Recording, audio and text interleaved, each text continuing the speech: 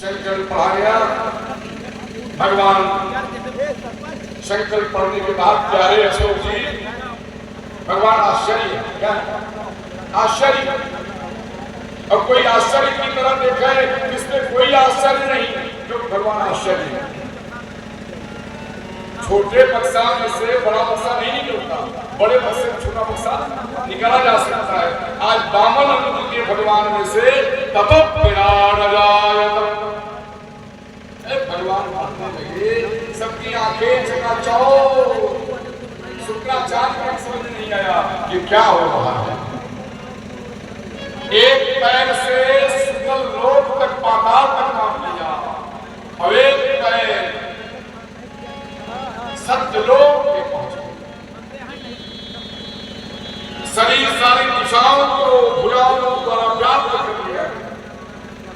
ब्रह्मा ने अपना सौभाग्य समझा, भगवान को चरण पूजन से धोके अपने मंदिरों में रख लिया।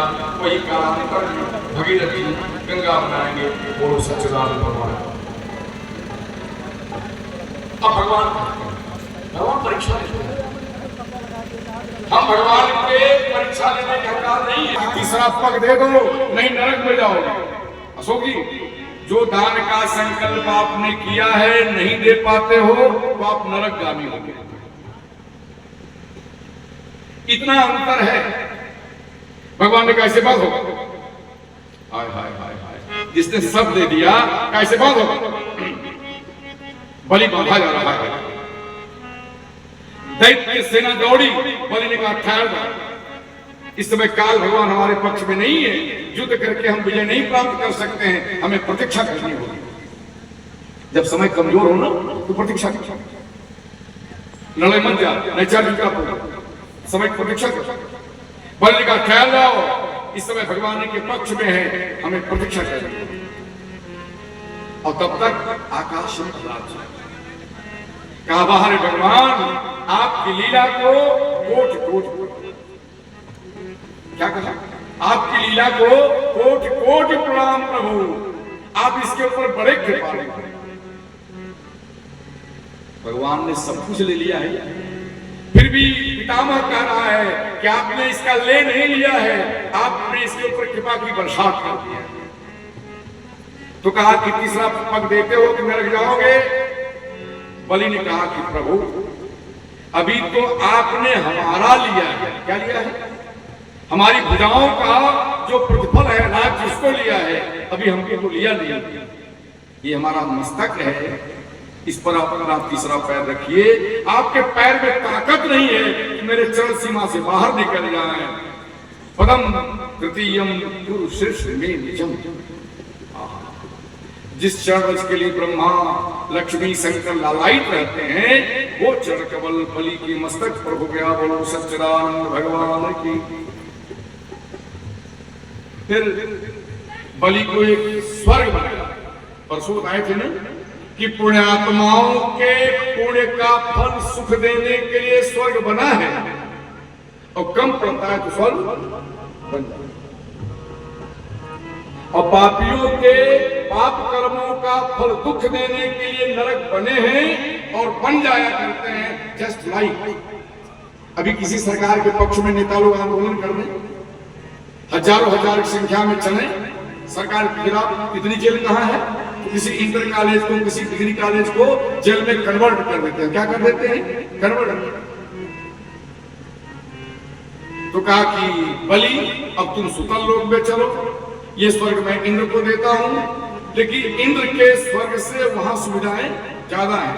और प्यारे मैं चौकीदार बनूंगा। बोलो सच्चिदानंद भगवान की। क्या बनूंगा? चौकीदार। और तुम्हें हमारा दर्शन नित्य होगा।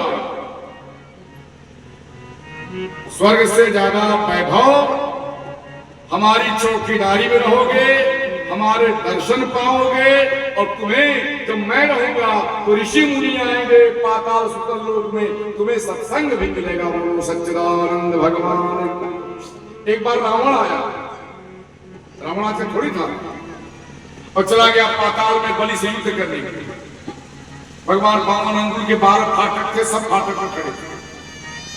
इस फाटक पर जाए तो बामन, उस फाटक पर जाए तो बामन। भगवान ने कहा नो एंट्री, प्रवेश नहीं है। कहा अब तुमको पटक के और तब मैं जाऊंगा। क्या कहा? अब तुमको पटक के तो मैं जाऊंगा। रावण ने कहा। भगवान ने सुतल लोक से एकदम नीचे से अपने पैर के अंगूठे से उचक दिया, रावण लंका में जाके गिरा। बोलो सच्चिदानंद भगवान की। ये है नारायण दान देने की महिमा का फल। लेकिन दिल खोल कैसा? कपट आपके जीवन को बर्बाद कर सकता है। इसलिए मेरे प्रिय श्रोताओं, जीवन में कपट मत करना। भागवत का धर्म है कि तुम कपट छोड़ दो। कपट कोढ़ है। क्या है? तुम्हारे भले शरीर पर कपट है तो कुष्ठ रोगी होगी। इसलिए कपट मत करना। धर्म प्रोचित कैतव अत्र अस्मिन् भागवते। कतई कपट छोड़ धर्म का निरूपण किया है वेद व्यास जी ने। कतई कपट छोड़ दोगे तो तुम परमात्मा के सगे हो। सच्चिदानंद भगवान की।